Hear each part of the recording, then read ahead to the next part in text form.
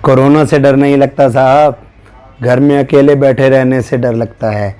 नमस्कार दोस्तों, मैं आपका दोस्त कमल उर्मानी आपका स्वागत करता हूं टेंशन फ्री दुनिया के इस एपिसोड में, जहां मैं आपको बताऊंगा कि खुलेआम आज दुनिया कोरोना को चैलेंज कर रही है। जी हां, कोरोना की पहली और दूसरी लहर, जबकि दूसरी लहर इतनी खतरनाक थी, इन दो लहरों के आने के बाद जिस प्रकार लोग खिलवाड़ कर रहे हैं और आज पर्यटन स्थलों पर इतनी भीड़ है, उसको देखने के बावजूद भी लोग तीसरी लहर की तैयारी खुद अपने हाथ से कर रहे हैं और एक दूसरे पर दोष लगा रहे हैं कि सरकार कुछ नहीं करती। अरे भाई, सरकार क्या करेगी? सरकार ने अपनी तरफ से फ्री वैक्सीनेशन का इतना बड़ा अभियान चला रखा है। सरकार ने ना जाने कितने बच्चों की पढ़ाई का नुकसान देखते हुए भी उनके स्कूल बंद कर रखे हैं। इतना कुछ बंद होने के बावजूद ना जाने पब्लिक समझती क्यों नहीं? पब्लिक क्यों पर्यटन स्थलों पर ऐसे भीड़ मचा रही है? क्या पर्यटन स्थलों पे अगर नहीं जाएंगे थोड़े समय के लिए तो इससे उनको कुछ हो जाएगा? आज कोरोना की ये जो महामारी पूरे वर्ल्ड में फैली हुई है, इसको देखते हुए लोगों को थोड़ा सा प्रिकॉशन लेना चाहिए, मास्क लगाने चाहिए, एक दूसरे से 2 गज की दूरी बनानी चाहिए। मैं मानता हूँ हर वक्त ये संभव नहीं है, लोग डिप्रेशन में आ जाते हैं, एंजाइटी में आ जाते हैं, लोगों का दिमाग जो है वो थोड़ा घूमने फिरने का करता है। इसमें कोई बुराई नहीं कि यदि कोरोना की लहर के बाद थोड़ा सा लोगों को रिलीफ करने के लिए कहीं घूमने का अगर बहाना मिल गया, या मान लीजिए लोगों को ये लगता है कि हम घर बैठे बहुत बोर हो गए थे, कोरोना था, आज कई लोगों को कई घरों में परेशानी आई है, कुछ लोगों के कई ऐसे रिलेटिव्स जो गुजर गए हैं और उनको अपने अंदर डिप्रेशन दिखाई दे रही है, यदि वो थोड़ा घूम भी लेते हैं तो इसमें कोई बुराई नहीं है।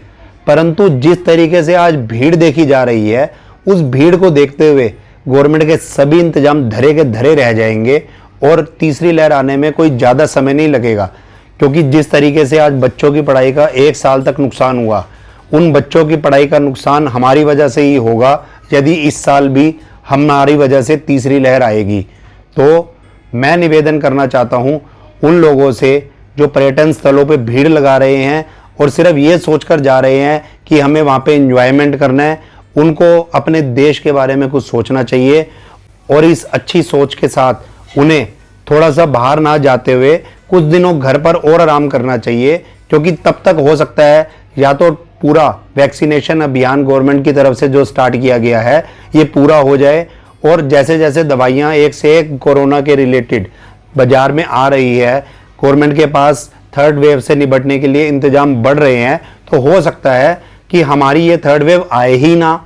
क्योंकि गवर्नमेंट अपनी तरफ से कोशिश करती है कि जितना पब्लिक को बचा सके उसको लॉकडाउन ना करना पड़े, परंतु हमारी ऐसी बेवकूफ़ियों की वजह से गवर्नमेंट को लॉकडाउन करना पड़ता है। और इस लॉकडाउन की वजह से ना जाने कितने ऐसे दुकानदार और मकान मालिकों के बीच में लड़ाइयाँ होती हैं जो कि किराए से रिलेटेड होती हैं, ना जाने कितने ऐसे मजदूर और मालिकों के बीच में लड़ाइयाँ होती हैं जो तनख्वाह से रिलेटेड है, ना जाने ऐसे कितने लोगों को नौकरी से निकाला जा चुका है जिन बेचारों को 2-2, 3-3 महीने की तनख्वाह देने में उनके मालिक सक्षम नहीं थे। तो मेरा निवेदन है, इस थोड़ी सी समझदारी के साथ आप लोग यदि इन दिनों नहीं जाएंगे किसी भी पर्यटन स्थल पे तो उससे कुछ हो नहीं पाएगा। क्योंकि इसका नतीजा हम आज से थोड़े महीने पहले देख चुके हैं, जिस प्रकार से कुंभ लगा था और उसके बाद जो कोरोना की लहर का बम विस्फोटक हुआ था पूरे इंडिया में, उसको बचाने में ना जाने गवर्नमेंट के कितने नुकसान हो गए थे। और उस नुकसान की वजह से आम पब्लिक के अंदर भी एक डर का माहौल पैदा हो गया था।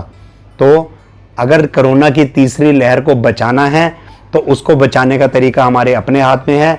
मैं इसी निवेदन के साथ आपसे चाहूँगा कि आप अपनी तरफ से कौन सा ऐसा कमेंट है या सजेशन है जो दे सकते हैं जिसकी वजह से ये तीसरी लहर ना आए, और आप इस वीडियो को अधिक से अधिक शेयर कीजिए उन लोगों से जो इस वक्त कोरोना के बाद इस घड़ी में अपने आप को संयम ना रखते हुए और घूमने के लिए एक दूसरे स्थानों पर बार बार जा रहे हैं।